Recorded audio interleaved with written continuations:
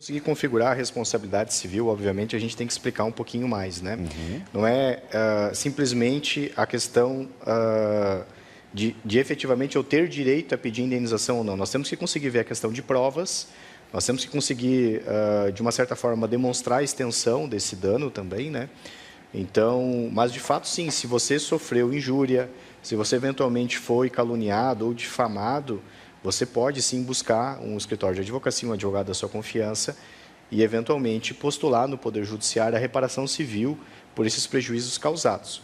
Mas é importante deixar claro para as pessoas a necessidade delas terem a prova, né? Elas precisam conseguir provar isso de uma certa forma, ou através de mensagens, ou através de testemunhas que presenciaram. Não adianta ser testemunhas que ouviram falar, tem que ser testemunha que de fato presenciou a calúnia. Não pode ser disque, né, doutor? Disque não existe, né, doutor? Disque, que nem dizem, né? Esse não serve, tem que ser efetivamente a testemunha que presenciou a difamação ou a calúnia, ou eventualmente no caso de injúria, aí você tem que ter uma prova efetiva dessa situação para que você consiga configurar o abalo, eventualmente, à integridade da pessoa, né?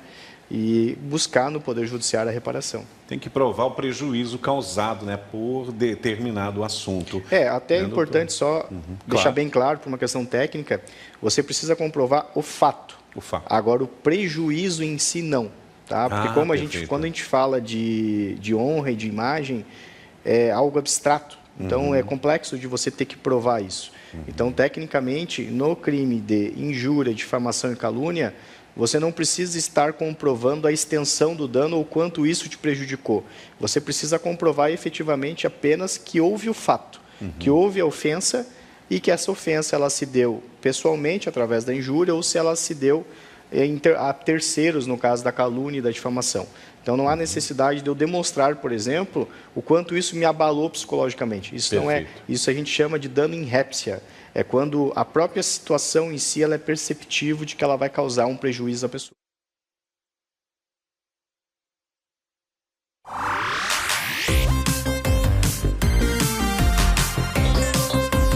Já vai ser resolvido aqui na TVC Panorama. Agora sim, né? Voltamos novamente, né? Doutor, tem uma pergunta aqui que é muito contundente e com certeza acontece muito, principalmente na internet. Ofensa na internet, doutor, também é punível, doutor? Sim, na verdade nós temos inclusive uma legislação que trouxe a regulamentação específica disso, que é o marco legal da internet, né? E as pessoas elas têm a falsa ideia de que no campo da internet, que no mundo da internet, o direito penal, o direito civil e as outras legislações não são aplicáveis. E, na verdade, isso não é verdade. Para todos os efeitos, os mesmos crimes praticados na vida real podem ser praticados na vida digital. Então, as pessoas elas têm que tomar cuidado, efetivamente, para que elas não extrapolem o seu direito, ofendendo outras pessoas ou causando prejuízo a outras pessoas, porque automaticamente poderão ser responsabilizadas por isso. Perfeito, doutor. Tem mais uma outra pergunta que praticamente ela é uma pergunta que poderia ser até anexa à pergunta anterior. Quais as medidas, doutora, que pode ser tomado, né, além da ação de indenização, doutor?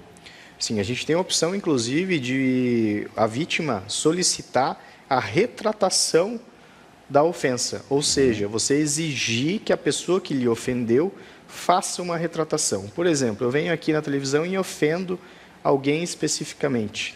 Essa pessoa pode, além de pedir indenização, além de pedir uma responsabilização criminal, ela pode exigir que eu venha na televisão e me retrate por aquilo que eu causei. Da mesma forma que eu causei um prejuízo através desse canal de comunicação, eu utilizo esse mesmo canal de comunicação para pedir desculpas, para reparar o dano causado a este indivíduo. Certo, doutor. Vamos seguindo em frente. Agora são 11 horas e 1 minuto. Antes do nosso intervalo comercial, o último, tem aqui, doutor, uma pergunta que nos enviaram. Doutor, se aquilo que for falado na difamação for verdade, exclui a punição mesmo gerando desonra, doutor? Não. Exato. Esse é o grande equívoco. As pessoas acreditam que o fato de ser verdade dá a elas o direito de falar. Aqui nós a gente conversar no comecinho, né, doutor? Isso, a pessoa pode ser um alcoólatra, pode ser um traidor, ou o que for efetivamente, mas você trazer isso a público, você usar essas palavras, essas características para desonrá-lo perante terceiros ou perante a sociedade, vai configurar o crime mesmo que de fato ele seja. Então tem que tomar cuidado. Muitas vezes a verdade ela não pode ser dita, e esse é um exemplo clássico. Tem coisas que elas devem ser guardadas e elas estão vinculadas à intimidade do indivíduo e que não podem ser externadas, porque o pensamento do legislador qual que foi? Aquela pessoa ela é um dependente químico, ela é um alcoólatra, é uma pessoa doente, ela tem uma doença inclusive. Você externar isso perante terceiros, qual é o propósito?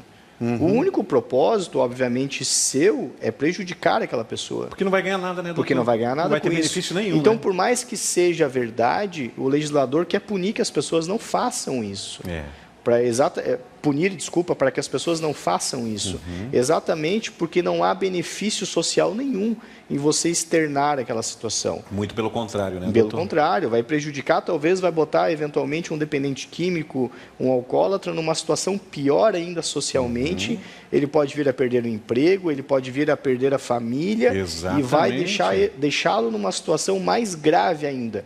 Então eu sempre falo, a legislação, quando ela é criada, quando a gente vai estudar, eu pelo menos gosto muito de estudar os propósitos de criação de determinada lei que me fazem entender melhor o porquê que o legislador fez aquele dispositivo. Perfeito, doutor. Nós vamos entender que por trás existe um propósito muito lindo, um propósito muito benéfico à sociedade, que é fazer com que as pessoas, de um modo geral, sejam civilizadas, vivam em harmonia, evitem conflitos desnecessários.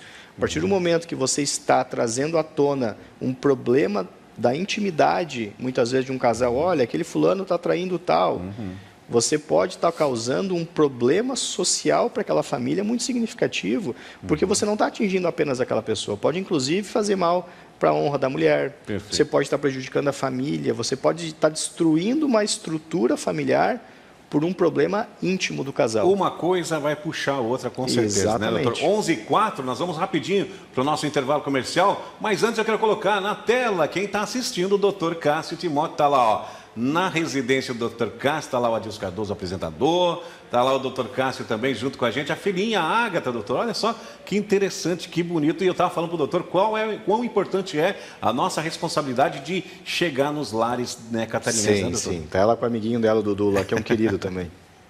Muito bem, está registrado, vamos rapidinho ao nosso intervalo comercial, voltamos para o nosso último bloco, que já tem Fábio Ismânia e o muito mais para você.